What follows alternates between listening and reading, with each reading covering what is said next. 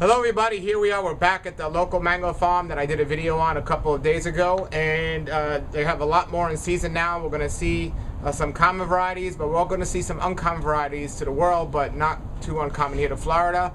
Some I've tasted, some I haven't. We're going to get Alex back on the show today, and he's going to just describe the different flavors of some of these mangoes. We'll be coming out here all summer and checking out the different mangoes. There's so many different varieties as he's going to tell you. So, you know, some of you had emailed me and said you were jealous. Well, come down to Florida. It's not that far, and you can check them out. And if you're in Florida, you definitely got to check them out. So here's Alex, and he's going to explain some of these common mangoes that I'm about to buy. Let's go look at what's the first one we were just looking at? The Fairchild one, you said? Oh, the Fairchild, yeah. All right, that's a Fairchild mango. These are some more varieties of mangoes. You have 180 here, right? Yeah, a little over 180 now. All right, what does the Fairchild taste like? Fairchild's a real rich, sweet mango, fiberless, has a little bit of a citrus element when it's not completely ripe. It'll turn yellow, and you can eat it at that stage, but actually it's better when it starts to turn kind of a bronze color. Wow. And when it's like that, it's one of the best mangoes you'll eat. But unfortunately, a lot of people just cut it when it's yellow, and it's okay, it's good, but it's much better when it turns more of a bronze color. And they're not very big mangoes. I mean, this is about as big as they get, maybe a little bigger than that. But they do produce pretty well, and they're pretty disease-resistant trees. Is that a Florida mango? Fairchild's actually originally from the Panama Canal Zone. Okay, yeah, put it in my pile. Okay. I see you got a coconut cream mango in your other hand. Yeah, so this mango was bred by Gary Zill, nurseryman in South Florida. And it's a cross between the Edward and the Gary mango. It's a seedling of the Edward. And it does have a coconut flavor to it. All right, unique. put it in my pile. Okay. I got some of these different mangoes that I don't think I've tried before, so you don't have to give me the full detail, but just tell me real quick. Let's run through the names and just tell me what they taste like for the people that are watching if they want to come out here and try something and you're not around. So Mekong is another one that's unique to this property. It's a cross between Edward and Philippine. And it's got a very interesting flavor. It's almost like a little bit of a Southeast Asian mango flavor, but with a resinous spice component. So a lot of customers from the West Indies appreciate this mango because it's got that spicy flavor that they're accustomed to from mangoes down there in the Western. Now, when you say they're across, did the growers purposely grow them together, or is that how it works? I mean, it was a project by David Sturrock, and he.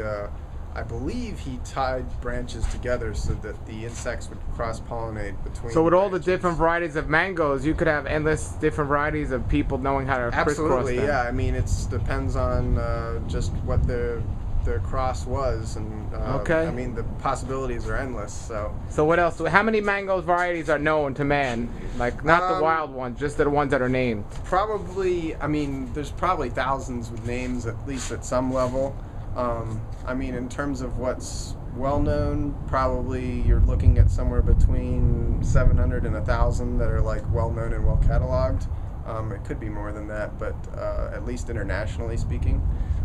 Within Florida, there's probably been over 600 varieties introduced at this point, maybe somewhere between 600 and 1,000, but a lot of those are contained in the collections of the USDA and Fairchild and the University of Florida.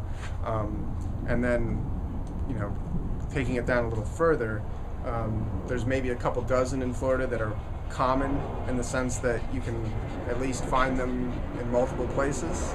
And then the number that are really common are even less than that. So sure. All right, let's go through the pile. These are the uncommon mangoes that I don't know if I've had these. So what else do we got? Okay, so this one we've named the Ruth, and we're not exactly sure what the cross is. We think it's an Edward seedling, or it might have Edward in the parentage. But this is another mango that has kind of a resinous, spicy component to it.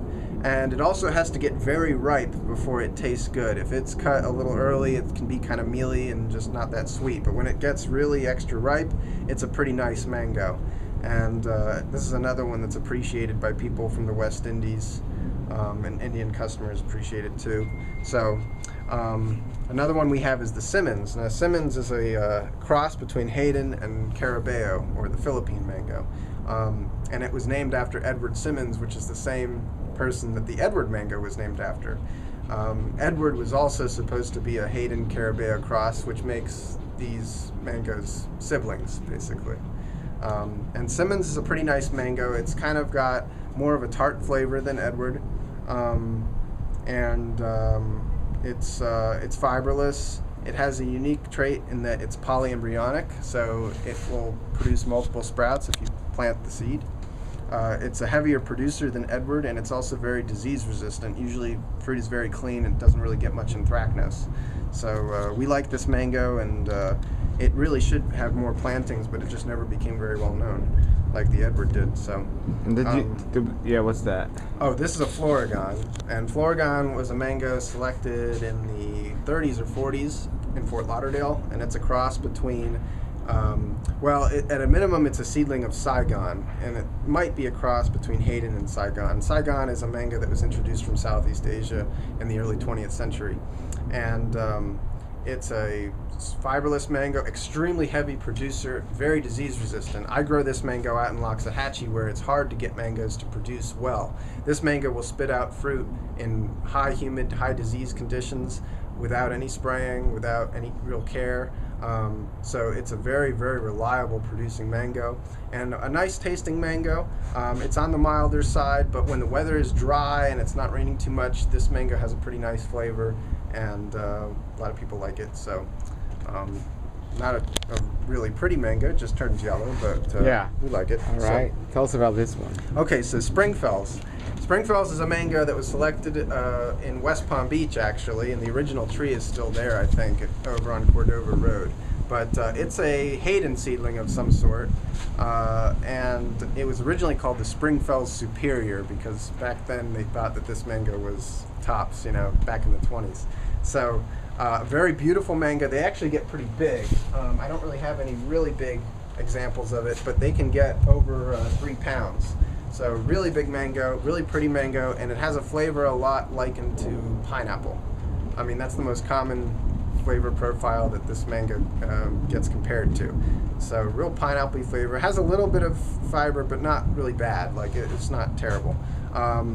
And produces really well in West Palm Beach, really clean fruit. Once you go out west, this mango doesn't do so well. So, but Great. I like it, and a lot of people do too. So great. So tell us real quick the names of these. These are the more common ones. We have Duncan, you said, right? Yeah, a lot of Edward and Duncan in the bins Edward and right Duncan. Okay. So these are early season mangoes? Yeah, Edward is. Duncan, to a degree, is kind of early season, but Edward certainly. I mean, we started getting Edward fruit at the end of March this year, and so that's most of what's in these bins right now.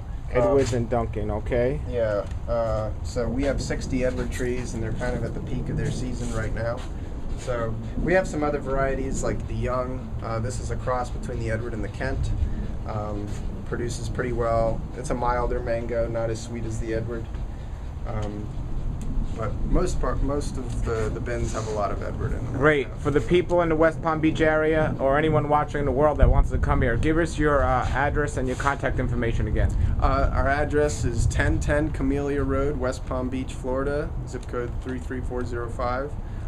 And our phone number is 561-358-8566. And we can reach by email at tropicalacresfarms@gmail.com.